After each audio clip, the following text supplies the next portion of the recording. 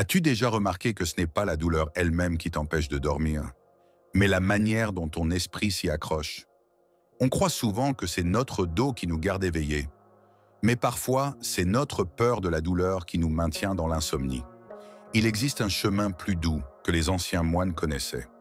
Un rituel simple, transmis dans le silence des temples, qui ne combat pas la douleur, mais l'accueille et la transforme.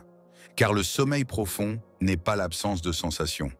C'est l'abandon total dans l'instant présent, même au cœur de l'inconfort. Ce que je vais partager avec toi aujourd'hui ne vient pas d'un livre récent ni d'une mode passagère. C'est une pratique qui a traversé les siècles, parce qu'elle parle directement à ton corps, à ton souffle et à ton esprit. Reste avec moi jusqu'à la fin, car tu vas découvrir non seulement un geste, mais une clé qui pourrait apaiser tes nuits et élargir ton regard sur la vie. Et si ces paroles résonnent en toi, abonne-toi et écris en commentaire « Je choisis la paix ». Ce simple engagement pourrait être ton premier pas vers un sommeil profond, même si ton dos te rappelle sa présence. Dans le Dhammapada, il est dit « Celui qui veille dans la sérénité, même dans la douleur, dort en paix comme un enfant au sein de sa mère ». Cette phrase, souvent oubliée, nous rappelle que le sommeil n'est pas seulement un phénomène physique, mais un état d'esprit. Les moines bouddhistes ont toujours su que la souffrance ne se trouve pas uniquement dans le corps. Elle réside dans l'attachement de l'esprit à cette sensation. Lorsque nous luttons contre la douleur, nous créons une tension supplémentaire. Et cette tension devient un mur entre nous et le sommeil. Dans les temples, on enseigne une approche différente. Accueillir chaque sensation comme un nuage dans le ciel, sans chercher à la retenir ni à la repousser. C'est là que le rituel prend tout son sens. Il ne promet pas d'effacer la douleur, mais d'apaiser la réaction que nous avons face à elle. Aujourd'hui, notre monde vit dans la vitesse, l'exigence et le refus de l'inconfort. Nous passons nos journées à fuir ce qui nous dérange et nos nuits à craindre ce qui pourrait nous réveiller. Cette sagesse ancienne nous invite au contraire à tourner notre regard vers ce que nous ressentons, avec douceur et curiosité, afin que le sommeil devienne un retour à la maison intérieure. As-tu remarqué que, lorsque tu t'allonges, la douleur semble parfois plus présente qu'en pleine journée?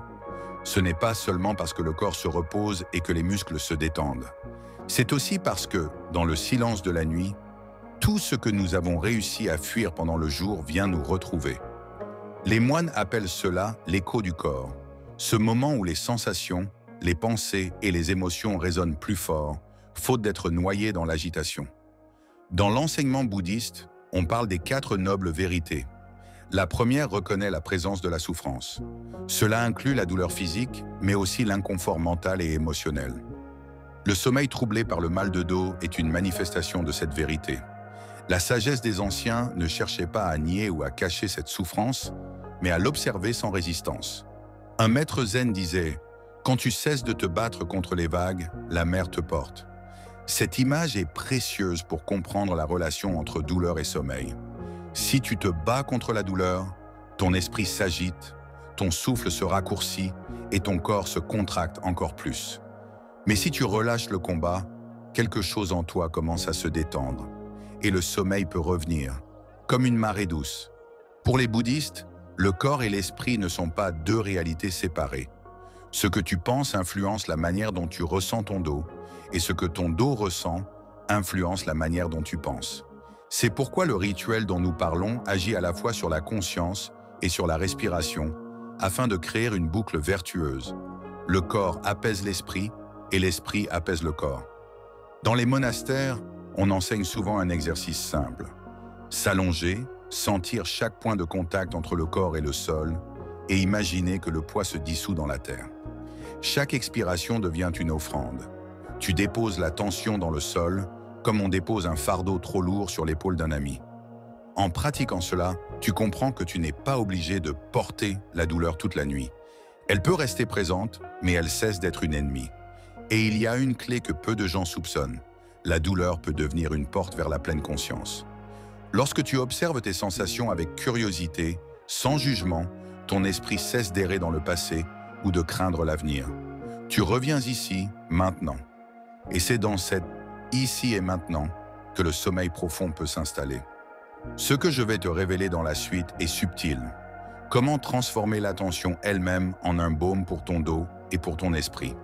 Mais avant cela, il faut comprendre un point essentiel. Il existe une vérité que peu de gens veulent entendre. Parfois, ce n'est pas la douleur qui nous empêche de dormir. C'est notre refus de l'accepter. Dans le bouddhisme, on appelle cela l'attachement. L'attachement à l'idée que notre corps devrait toujours être confortable, que notre sommeil devrait être parfait, que nos nuits devraient être comme nous l'imaginons. Mais la vie, dans sa sagesse, nous enseigne l'impermanence. Tout change toujours. La nuit de douleur d'hier peut devenir la nuit paisible de demain. Et inversement, la nuit paisible d'aujourd'hui peut céder la place à l'inconfort demain. Lorsque tu intègres cette vérité, tu cesses de vouloir figer les choses. Tu te mets à danser avec elles. Les moines parlent aussi de karma subtil. Ce n'est pas seulement l'action passée qui revient, mais la manière dont chaque pensée, chaque réaction façonne ton expérience présente. Si chaque soir tu entres dans ton lit avec l'idée « je vais encore souffrir », tu creuses un sillon dans ton esprit. Ce sillon devient un chemin automatique. Changer ce chemin commence par observer, puis semer une autre graine. Ce soir, je vais rencontrer ma douleur autrement. Il y a un paradoxe profond. Plus tu fuis la douleur, plus elle te rattrape. C'est comme courir devant ton ombre. Mais si tu t'arrêtes et que tu te tournes vers elle, tu découvres qu'elle n'était pas aussi menaçante que tu le croyais. C'est ce que les maîtres appellent « transformer le poison en nectar ».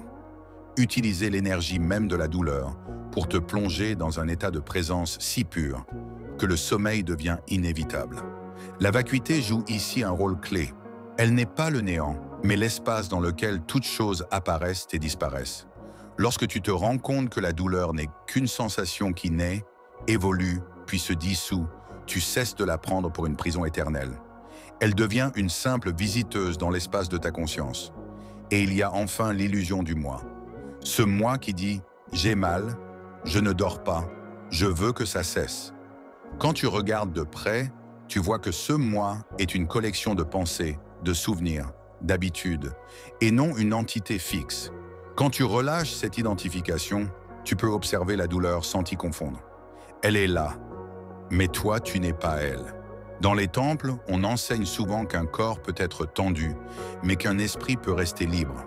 C'est cette liberté intérieure qui ouvre la porte au sommeil, même si le dos rappelle sa présence.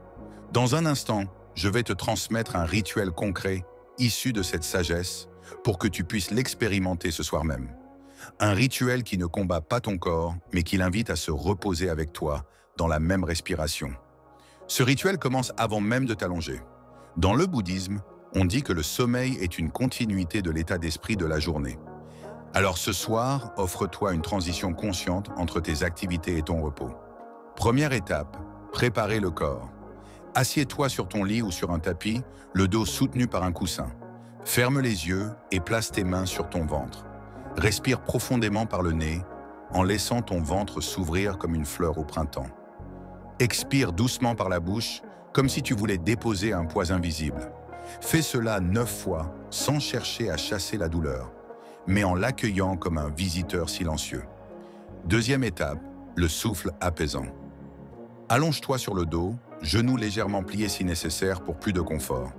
À chaque inspiration, imagine que tu fais entrer une lumière douce dans la zone de ton dos qui te fait souffrir. À chaque expiration, visualise cette lumière emportant avec elle la tension, comme une rivière qui emporte les feuilles tombées. Continue pendant 7 cycles lents. Troisième étape, le mantra du lâcher-prise. Sur chaque inspiration, répète mentalement « j'accueille ». Sur chaque expiration, je relâche. Ces 2 mots sont comme 2 pas d'une marche vers la paix. Pratique pendant 5 minutes ou jusqu'à sentir que ton corps devient plus lourd sur le matelas. Quatrième étape, l'offrande à la terre. Imagine que ton dos repose sur la terre elle-même, immense et patiente. Ressens que tu n'as plus besoin de soutenir ton corps. La terre le fait pour toi. Laisse ton souffle devenir si léger qu'il semble venir de loin, comme le vent qui passe dans un jardin.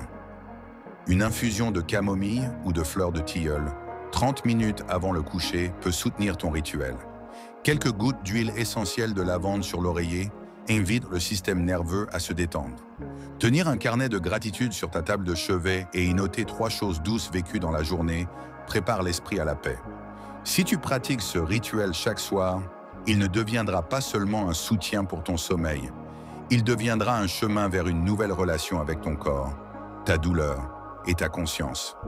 La douleur est parfois un maître sévère, mais elle peut aussi être un messager bienveillant. Elle nous rappelle que le corps est vivant, qu'il change, qu'il parle, et que nous avons le choix d'écouter autrement. Ce rituel bouddhiste n'est pas seulement une technique pour mieux dormir, c'est un pont vers une compréhension plus profonde.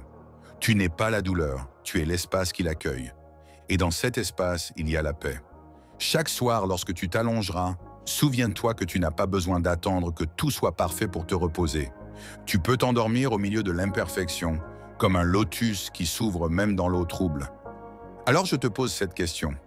Et si ce soir, au lieu de vouloir que ton dos cesse de te parler, tu l'écoutais comme on écoute un vieil ami qui a quelque chose d'important à dire? Si ces paroles résonnent en toi, abonne-toi à cette chaîne pour continuer ce chemin ensemble. Écris en commentaire « Je choisis la paix » et reviens ici chaque fois que tes nuits semblent lourdes pour te souvenir qu'au-delà de la douleur, il y a toujours un sommeil qui t'attend.